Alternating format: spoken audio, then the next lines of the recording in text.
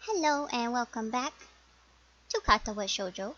Last time we had a tea party alone, and not alone, but with Hanako and Lily in Lily's dorm, and we only all drank out of the same cup. That wasn't explicitly told. I have inferred it from the fact that there was only a picture of one cup. So we went back to our room and we went to sleep, and now we are waking up the next day, and that's where we are. Caught up. I pull my door closed, ready for another day of classes. Get out of my face! Sleep well. Kenji's sudden arrival makes me jump, and I narrowly avoid butting heads with him. I know he has poor eyesight, but he knows who I am now. Does he still have to stand this close? Oh yeah, like a baby. Damn, why do people say that? Have you ever heard a baby sleep? It blows. They scream all night, every night. Babies don't sleep well, ever. Well, there goes my restful state. I have to remember to never use figures of speech with Kenji. Kenji, while correct, needs to get away from me. Alright, I get your point. It was a figure of speech. Yeah, sure, whatever. Where were you last night? I had a favor to ask, but you weren't around. I was fucking bitches.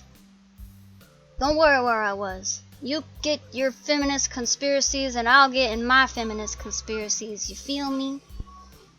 For a split second I considered telling Kenji the truth, that I was spending time with Hanako and Lily. Thankfully that split second passes as soon as it came. I was just out, checking out the local area and stuff, you know? Recon. Good man, good. I knew you were the type to plan ahead. Anyway, what was this favor you wanted? I was going to get some takeout, but I needed change. I'm not giving you money, Kenji! Get out of here! Wait, what? I gave you money last week and you still haven't paid me back. I was starting to think you were cool. I don't care if you think I'm cool. Give me back my dollar or whatever I gave you. Kenji fishes around in his pockets and produces his wallet. As he counts out the 400 yen he owes me, I could clearly see at least two 10,000 yen notes. Hey, what the hell? Why are you borrowing money off me when you've got this much cash? Kenji hisses a little, realizing that he's been had. Get off my case, man. It's bad luck to break a big note for anything less than half its value. It's the tycoon's rule. Last night's dinner is going to cost me 7 years of bad luck. 7 years! Don't you think that's enough cause to help someone out? I'd get a shorter sentence if I just stole the stuff. Bruh.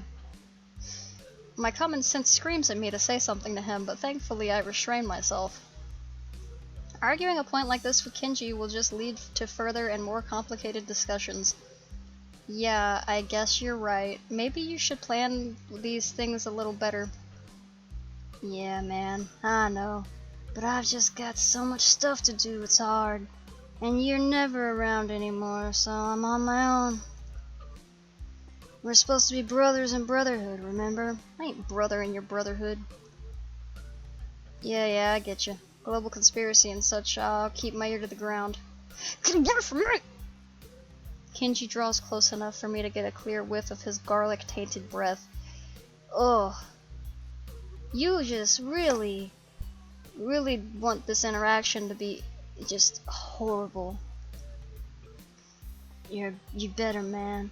You're already spending less time here. That's the first thing they do. They'll try to split us up, divide and conquer. Sun Tzu said that. Roger that. Now I've got to be going. I've got classes. You coming? I ain't going to no classes, man. That's what the feminists want you to do. Nah, I'm tired. I stayed up all night just to make sure nothing was going to happen after splitting that note. As rational as ever, I see. Whatever. Night. Bye. Thank you for running into me in the hallway and then paying me back the money that you asked that you owed me, that you didn't even need. You fool. Kenji scurries back into his room and I hear him throwing his locks as I walk down the hallway. That is why some people can't roll their tongue and why their second toe is longer than their big toe. That's me. My second toe is longer than my big toe and I can't roll my tongue. Brr. I rolled it. Brr. That's rolling. Muto beams a half-moon smile at us, obviously proud of his explanation of recessive genes. However, no matter how impressed he is at the science that defines who we are, the classroom seems to be reduced to a stupor. Why is it that a bad explanation can make even the most interesting things seem worthless? I can see Muto deflate as he realizes that nothing he said in the past half hour has sunk in. No, Muto! He just wants everyone to like science. Whispered conversations start to break the silence, and like an avalanche, the noise level in the class starts to rise. Defeated, Muto identifies some questions from the textbook and sets to clearing off the blackboard. Almost as if expected, Hanako packs up her things and leaves as soon as people start talking and laughing among themselves. The initial shock of seeing someone play so blatantly truant has started to fade, but it doesn't stop me from wondering. Is she leaving because she doesn't want people to speak to her, or is it just the thought of people around her shattering her peace? If I had to guess, I would say it's not so much that she doesn't want people to talk to her as it is, the noise is overwhelming. That's what I would say. And having so many people have a conversation with her would be overstimulating to the senses. She's got anxiety. She got PTSD. Before I can think about the topic any further, the lunch bells ring. I wonder if she was simply taking the opportunity to leave early. The usual clamor of students exchanging books for lunch reverberates around the room, and while Misha is distracted, I grab my lunch and head out the door. Whoosh! Lily already sits in the tea room, setting out her lunch alone. So, Hanako's not here then? Oh, Hisao, how are you? I haven't met Hanako since this morning, I'm afraid. Right, Hanako and Lily live next to each other. Somehow I think their morning conversations are slightly more grounded than Kenji's ramblings. They have to be. That is a low bar. That's strange, she left class early, so I figured she'd come here. So, she's still leaving class early. Huh? Yeah, I've seen her do it a few times. Lily drops her head a little and her tone of voice is notably depressed. It's very reminiscent of someone who is used to hearing bad news. I was so sure she'd stop doing that once you two became friends. Everyone has their own pace, I suppose. Well, I was wondering about just that today. Why exactly does she leave? I'm not entirely sure myself. I personally think it's because she doesn't want to be put in a situation where she has to answer someone. I have a flashback of my first meeting with her, when I thought she looked like a cornered animal. Maybe I wasn't far from the truth. But she seems fine with talking to you and with me, a bit. It's a little more complex than that. I imagine that the first thing most people ask her is about her scars, and what happened. She rarely talks about it with me, but I can tell that she doesn't like to remember whatever happened back then. Leaving class and running away from discussions is her preemptive strike, if you will. Huh.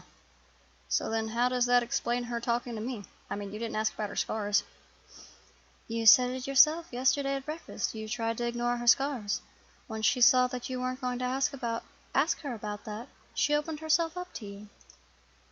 I guess you're right. Maybe, I don't know. You know her better than I do, so I'll take your word for it. I wouldn't worry about that. I'm sure you'll come to know her as well as I do soon enough. I actually don't hardly know her at all. She doesn't talk much. I welcome the prospect of her having a new friend, and the two of you have such similar interests.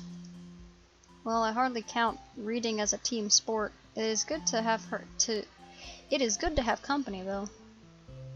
That's my point. Hanako is still an average person at heart. She also wants company at times like that. Huh, I see. I think. To be honest, both of you still confuse me a little. That's only natural, Hisao. We've only known each other for a little while. It's unreasonable to expect you to understand us, just as we can't understand you, because you're a freak. But that is half the fun of becoming friends, right? Yes. Yes, it is. Although, I suppose there is the matter of us being opposite genders. Men and women do seem to confuse each other quite often. Do they? She says this with a light giggle, finding amusement at the odd little details of life. I hope you don't mind, but I'm going to start eating. Why would I mind? It's lunchtime. This is when you're supposed to eat. No, go ahead. I think I'll eat something too. I've got some books I want to drop back at the library before classes start, so I'd better get a move on. You'll probably find Hanako there as well. If you do see her, can you tell her to stop by my room later tonight? I'd like to talk to her. You're not coming? No, I'm eating. Unfortunately, I have a class representatives meeting later, so I'll be gone as soon as I finish my lunch. Okay, then. If I do see her in the library, then I'll tell her in class. If I don't see her in the library, then I'll tell her in class. I'm sure she'll be back after lunch. We fall silent as we start to eat, and I take a second to reflect on our conversation. I've always thought that Hanako's shyness was simply due to her being self-conscious about her scars. But that is a pretty superficial way of looking at her. Just when I thought I was able to see through the fog of Lily and Hanako, I realized that I am more lost than when I started. Lily quickly finishes her lunch, acutely aware of her meeting. I don't blame her. Shizune is most likely going to be there, and I doubt she wants to give her the satisfaction of another argument. I must be off. Same time tomorrow? Same time, same channel. Hehe. I'd better head off too. I don't want to risk being late. Lily smiles gently, picks up her cane, and walks out into the hall. I turn my back on Lily as we head in opposite directions. For some reason, I find myself hoping she doesn't get into another fight with Shizune. As much as I like Lily, Shizune and Misha have been pretty instrumental in helping me adjust, even if half of our conversations are thinly veiled recruitment attempts, and low-key insults. Then again, I barely know either of them. Maybe they were previously leaders of some kind of secret society, but their love for each other drove them apart. What? Man, I need to stop reading cheap fiction. It's rotting my brain. Either that, or I've got to move away from Kenji and his bad influence. It's sad that I can't tell the two apart anymore. Wolfa. I slide my books down the return chute, and they crash into the cart with a pleasant thud. Yuko, however, doesn't seem as impressed as I am. Hisao, you scared me! Sorry, I thought you would be used to that by now, or is the literacy level here so low that nobody borrows any books? Huh? No, I think everyone here can read fine. Yeah, never mind. There are some battles that you can never win. Trying to explain jokes is one of them. My dad taught me that the hard way. Say, Yuko, have you seen Hanako about? She left class early, but she wasn't in her usual hiding place. I think I saw her sneak in before lunch. Oh, but I'm not supposed to tell anyone that. I just told you that I saw her leave. No need to stress out. Oh, of course, she's probably in the back. Thanks. Get any new books in recently? Blah. No, sorry. I'll let you know when we do, though. Okay. If there's one thing I know about librarians, part-time or otherwise, it's that they appreciate people who take a genuine interest in their work. I walk the now familiar path to Hanako's reading nook, picking out a few titles along the way. Sometimes I find it hard to discover a book that will interest me among the shelves. An author's name and a two-word title don't mean much in a sea of similar words. For that reason, I sometimes reread books that I read in the past. Better to bet on the favorite than a new runner. An unfamiliar title from a familiar author peeks out among the spines of its neighbors, so I remove it from the shelf. At least I'm not going over old material. As expected, Hanako sits on her beanbag, buried deep in a copy of Dance, Dance, Dance. Hi Hanako, how's it going? I fight back the urge to ask why she left class early. If Lily's suspicions were right, then asking her about that could have the opposite effect. Best to leave it for the time being. Sometimes the best way to get an answer from someone is to never ask the question. Hello, Hisao. I'm fine. Something seems off, and after a couple of seconds I realize what it is. Hanako's smiling. She smiles all the time! What are you talking about? She looks as if she's pleased to see me. It's a nice change from the usual instinctively frightened reaction, and something I hope I can see more of as we get to know each other. I tried really hard to repress that sneeze. I failed. I hope I can see more of as we get to know each other better. Good to hear. How's that book? I've heard it's a trip. It's good, I think. I've only just started it. I don't really know. Fair enough. Let me know how it goes. I may borrow it once you're done. Sure. There's a good 15 minutes left in lunch. Not enough to really get into a book, but too much to stand around doing nothing. And Hanako's already returned to her reading, so I doubt I'll get much conversation from her. Oh well, better make myself comfortable. Nap? Nap time? Just close your little eyeballs. I slouch into a beanbag and crack open my book. The familiar style of the author leaps out at me from the very first line. As the sentences turn into paragraphs, I start to relax a little. But no matter how I try, I can't seem to get myself into the atmosphere of the book. This is partly due to the lack of time, but the more distracting factor is Hanako. She's peeping at me! Every 10 or so seconds she peers over the top of her book, but when our eyes meet, she quickly ducks behind the covers. I guess she did want to talk about something after all. Well, what's up? You look like a prairie dog on lookout. It's nothing. I've told you before, nothing means something when you say it like that. Hanako squirms a little in her beanbag, hoping that by changing her position she'll find the word she's looking for. I was in an accident. Oh. Okay. Accident? Just now? Are you alright? Hanako shakes her head, her hair flowing around her shoulders in wisps of amethyst on a background of pale, dark flesh. No. When I was younger. Realization crashes into me like a semi. When I was... It's alright, Hanako. You don't have to tell me anything if you don't want to. Again, she shakes her head. No, I have to tell you. When I was young, I was in a fire. My house burned down and I nearly didn't make it. After that, I was alone. Hanako's eyes glisten in the dim light of the library, and I reach out to grasp her hand. I don't know if we only have 15 minutes before class, Hanako. I don't know if this is the best time to talk about that. Do you want to talk about it later, maybe? It's okay, Hanako. You don't have to keep going. But I have to. Why? What brought this on? Well, last night, Lily told me about your heart. And I didn't think it was fair. Fair? That I knew about you, but you didn't know about me. I squeeze Hanako's hand a little. Don't be silly, but yes, I have a heart condition. I lean a little closer to Hanako.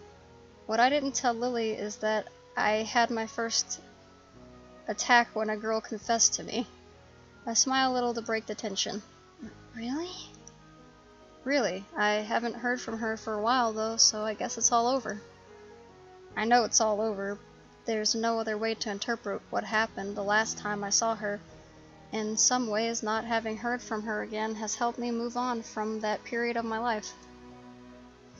So now we both know a little more about each other, but you don't have to talk about things if you don't want to. In fact, I feel a little bad even thinking about that whole incident. I can almost smell the hospital's disinfectant burning the back of my sinuses again. I imagine Hanako is going through the same thing now. When I was in the hospital, I went to the burn ward once, and only once. I was bored, so I went for a walk through all the wards. I went through oncology and thought I could take it, but when I got to the burn ward, I turned around and went back to my bed. To think that Hanako would have spent months in a place like that, smelling nothing but corrupted skin, strong disinfectant, and sterilized air. The really bad cases were kept in isolated pods that no foreign objects could enter, and would have meant no reading. I would have gone insane if I didn't have my books in the hospital. And she said she was alone. Did her parents die? I'll have to ask Lily about it. I can imagine myself saying something dumb unintentionally. Thank you, Hisao. I haven't told many people about this. To be honest, I haven't told many people about my circumstances either. Then I won't tell anyone either. Deal. I changed my grip on Hanako's hand into a handshake as the warning bells chimed through the window. Well then, we better head back to class then, Sure.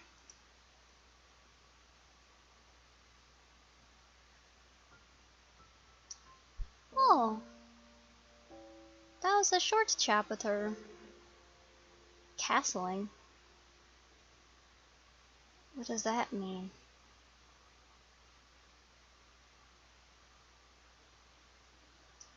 Wait, what's this?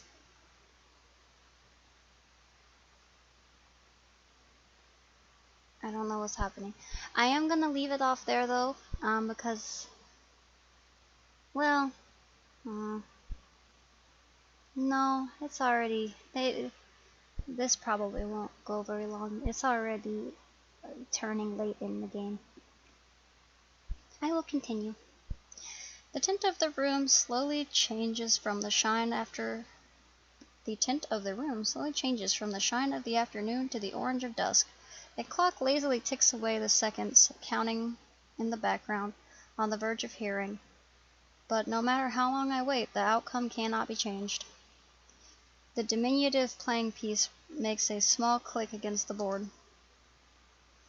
Like a wound spring, Hanako makes her move only moments after mine. It's embarrassing. In comparison to my 5-minute moves, she seems to know exactly what she wants to do. Me. Again? What, does this make this 3-2? Stalemates don't count. Damn. You're getting better at this every day. That, or she's been holding back. I'd never have thought it when I first met her, but she really has a knack for this game. Chess seems to have become a popular pastime for the two of us, hiding away in the tea room, playing a game or two after classes. From here, the students outside can just barely be heard milling about. The everyday noises from below remind me of a little of my life before Yamaku, though I'm by now very well aware that it's a life I'll never get back to. Fancy another game? I have to finish my homework. Oh, well, I'll see you tomorrow then. But what about this? Hanako points to the tea set surrounding the mostly empty chessboard. Don't worry about that, I've got it. Oh, okay. See you. Later. Hanako departs as I start cleaning up the area. The occasional whistles and cheers from the sporting clubs outside become less frequent, eventually approaching silence. A part of me still wants to be in some kind of team, since I played soccer and other sports before my accident, and I guess it's only normal to feel nostalgic about what I can't do anymore. But I have another reason than that for coming here so often, and I don't feel so bad about losing that part of myself because of them. Lily's a good friend by now, but it's the small exchanges I have with Hanako that feel especially dear. The small victories I feel every day as I see more of what she's like under her self-imposed shell, that's why I come here most of all. As I'm putting away cups and saucers, I hear talking outside the door. Pausing for a moment to listen, I can make out that it's Hanako and Lily, and decide to go outside to investigate. Are you quite sure? I'm sure. Hisao. Hanako turns to see me with a look of mild surprise as she notices my approach. Lily must have caught her just as she was about to leave. Oh my, Hisao was here as well. Afternoon, Lily. What's up? I was hoping, now that I've finished with my class representative duties for the day, that I might have the two of you accompany me for tea at Shanghai. It would be nice to enjoy ourselves outside of school for a change. I'd be up for it. I think Hanako has work to do, though. It's not all that much. Wonderful. It seems that we're decided then. I choked. I cast my eyes across the cafe as the three of us step in. As usual, there are only a handful of people out around at most, and the noise level is a quiet background hum. The hold Lily has on Hanako's arms remains just as it has been for the entire slow walk down the hill to the local town, though it's hard to say for which reason, for Lily's guidance or for Hanako's reassurance. Could be both. Don't know why it can't be both. For a moment, Lily removes her arm from Hanako's to retract her cane as Yuko quickly skitters over to where we stand, but soon replaces it right back where it had been. Welcome to Shanghai. May I take your order? Big ol' bow. She gives a deep bow, her well-delivered and professional introduction putting her in a good mood. It's a nice change from the norm for Yuko. Just tea, please. Hanako? Hisao? I'll have a slice of pie and a coffee. Coffee? This late? You trying to pull an all-nighter, Hisao? What are you doing? Just tea, please. Coming right up. Please take a seat as you wish. I'll be back shortly. Yuko gives a smile and nod before shuffling to the counter, and we make our way to some empty seats by the window in quick measure. We slip into our seats, the girls on one side with Lily's cane propped up beside them, and I do on the other. I realize that Hanako's not doing something that she so often does. Rather than keeping her eyes pinned to the ground and hiding behind her blind escort, busily trying to convince herself that the world around her doesn't exist, she's merely keeping her eyes low and helping Lily around. Are you okay, Lily? You look tired. She lowers her head a little, looking somewhat embarrassed that she let it show. Class representative work can be very tiring, considering that it often means dealing with the student council. Very tiring indeed. How do the other representatives go? Better than I, but not by much. Shizune is a harsh taskmaster, no matter whom she deals with. Doesn't sound like you particularly relish the job. Why do you do it in the first place if it's that bad? Being a class representative is enjoyable, and I can deal with the responsibility well enough. It's just that the people involved are sometimes...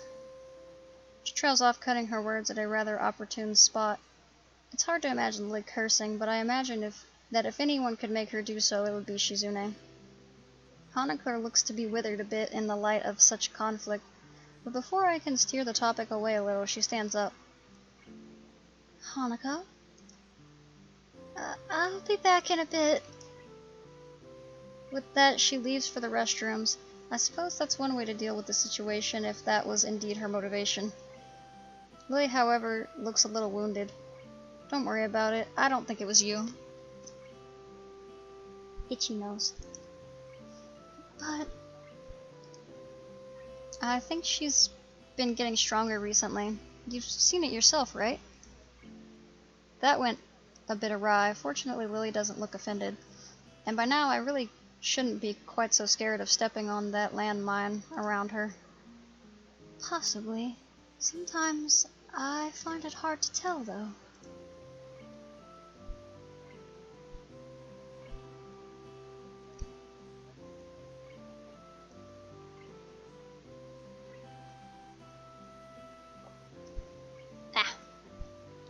Silence reigns for a moment before 2 teacups of pie and a mug of steaming coffee appear in front of us. I notice that Yuko takes special care to place the teacup against the tip of Lily's fingers, letting her know where it is. Here you go. Thanks, Yuko. Thank you. With a quick and silent bow, the bespectacled waitress takes her leave. That's right. I was meaning to ask you something. And now would be the right time to do so. I'm all ears. Hanako's birthday is coming up, and I was hoping that you might accompany me for present shopping in the city this weekend. Hanako's birthday is soon. I suppose it would be a nice change to cheer her up a bit. Like Yuko, she always seems to be teetering on the edge of either panic or depression, and I've never seen her enjoy herself much outside of our chess games. Blah. All that aside, learning the layout of the city better with a friend keeping me company sounds like a good way to spend the weekend. Sure, I'd be happy to. Have you got any plans for what to do for her birthday? A party or something? Or anything? Hanako being Hanako, perhaps a low-key affair would be... Lily suddenly cuts herself short, leaving me to wonder why, as she brings her teacup to her lips and begins to sip. After a few seconds, I notice Hanako walking up to us over her shoulder.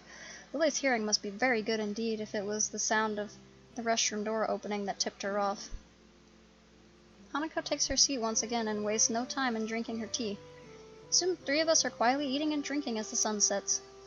It's a nice way to spend the remainder of the day's light, and it makes me appreciate the quiet and serene surroundings of Yamaku. I think I'm really beginning to like life here, as isolated as it may be. I finish off the last of my coffee and rest the mug on the table while the girls talk between themselves. The coffee here is a little bitter for my taste, but still quite good. Better than what I can make for myself in any case. You can put sugies in it. Sugies are milk. Can't you get milk?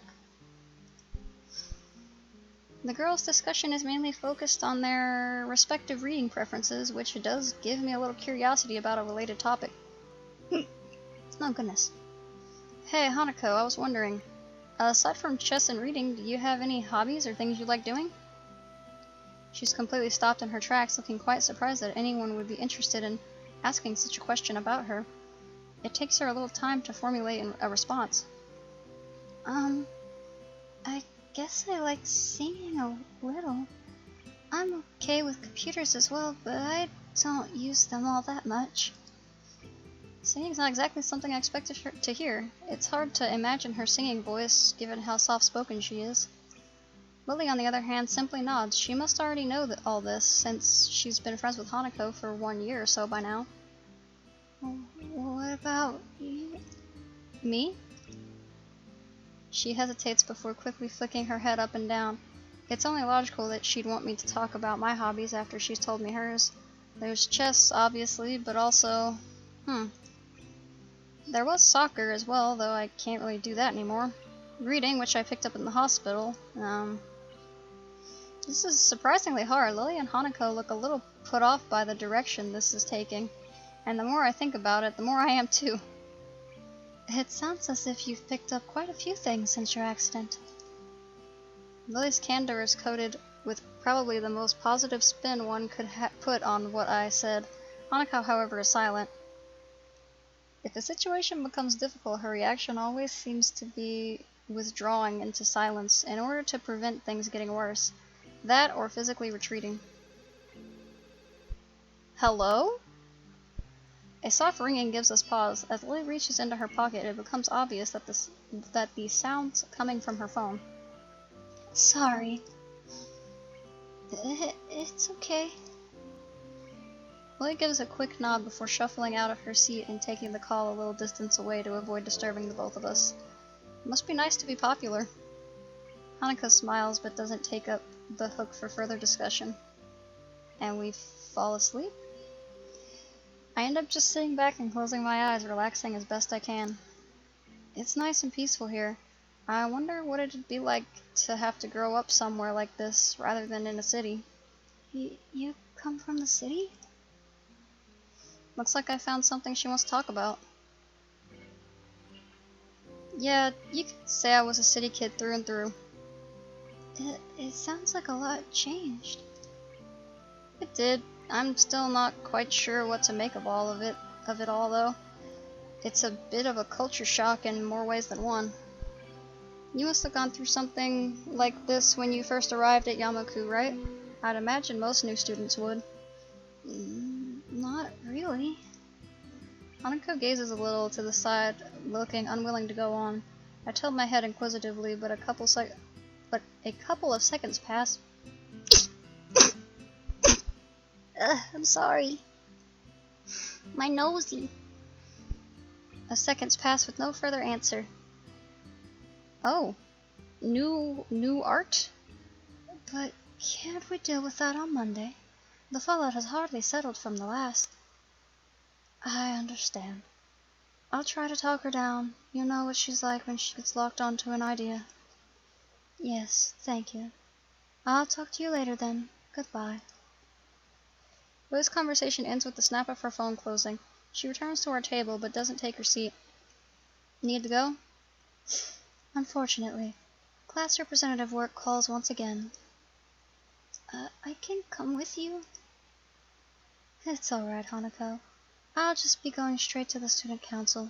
There's no need to spoil a fine evening on my account. Besides, if you are going to accompany me on my way back to school, who would keep our poor Hisao company? Okay. I can join you for tea again later tonight, if you'd like. I may well need it. We agree on that plan, and Elise says her farewells to the both of us, taking her cane after Hanako passes it to her. Despite my offer to pay for Lily's share, she insists on giving us her portion of the bill and gives her regards to Yuko as she takes her leave. And then we're alone. It may be all well and good to leave Hanako and me alone to have some time together, but all it typically means is the two of us sitting near each other in silence for a while.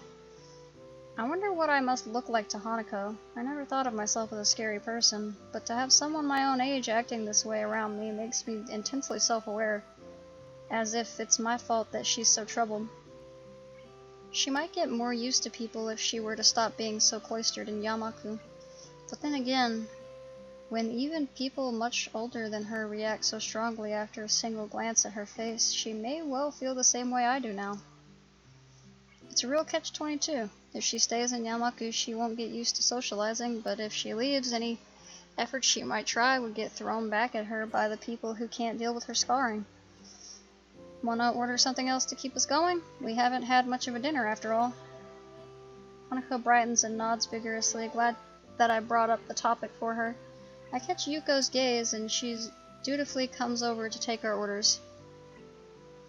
Would you like something else?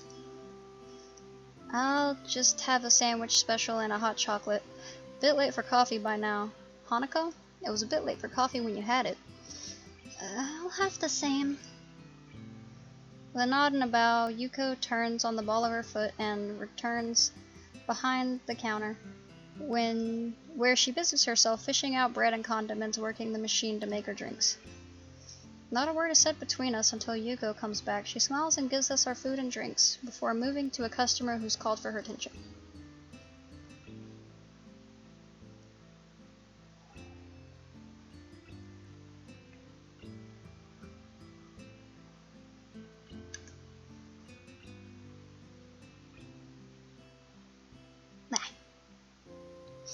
I give up on the prospect of having much of a conversation with my companion, and decide to just enjoy the meal, small as it may be. It tastes nice, as does most of the food here. After having a few mouthfuls, I notice something's missing, namely the sound of Hanako eating. Looking back to her, I see Hanako fidgeting a little before her untouched sandwich. Not hungry? She shakes her head from side to side. Even as she does, the patch of her hair she keeps over the right side of her face still does its job in hiding it almost entirely. It's not that. I was all ready to have your share too. You look troubled. Is something wrong? I'm startled by her thinking that I'm the one who looks troubled, but on second thought, she's probably right. My face may have given away my emotions without me noticing. And she's hardly a dim person, quite the opposite. We're friends, right? I have heard this question many times. I like the emphasis on being friends.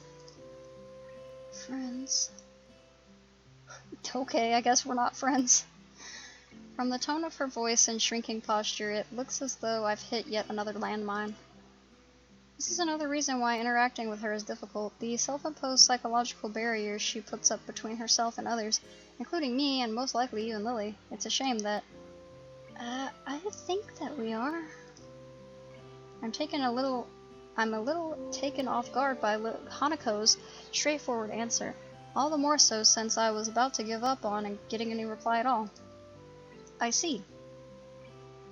Am I wrong? Sorry, No, it's just hearing confirmation of that from you is reassuring. To pick up on what you said earlier, since coming to Yamaku, I've been a bit uneasy about how I should relate with others. I find myself chuckling a little. It's surprising how much of a relief that was. I can feel my face smiling as I pick up my cup of hot chocolate and bring it to my lips. Ah, that's hot! That's why I haven't eaten yet. I was waiting for my drink to cool down first. I guess I'll wait then. The both of us share a little chuckle. The situation isn't really that funny, but for some reason, it feels like laughing is the most natural thing to do right now. I guess we were both a bit wound up about each other. I was so busy thinking Hanako was the one with something wrong, it took her to remind me that I was uneasy as well. But be that as it may, it still feels a little nice.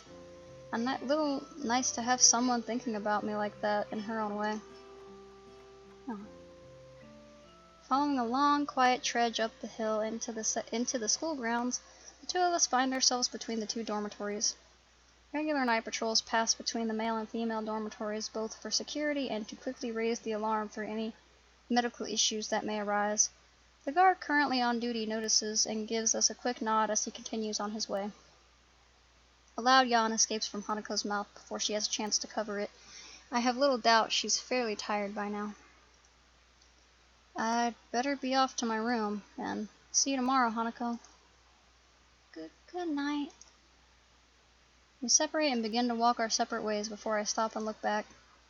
Hanako stands there waving to me as she smiles. I smile and wave back to her, and after a few seconds she turns and walks up the stairs to her dormitory building, disappearing through the door. These little moments we share between us feel like small treasure. One thing is sure, I want to protect that small, delicate smile she so fleetingly wears around so few people. I wonder about these feelings I have when Hanako's around, and when I'm able to do things for her. Whether they may be the seed for something beyond what we share now. Oh.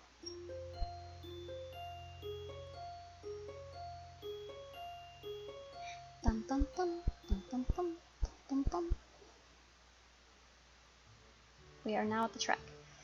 Okay, so we played chess and we had tea, and Lily was super busy and tired, and we went to the library, and she was gonna tell us about her trauma, and we were like, no, you don't have to, don't feel obligated, it's okay, we're friends, you can tell me some other time whenever you feel comfortable, you don't have to force it. And that was nice. And then we got burned by hot chocolate. That's it. So I will see everyone in the next video.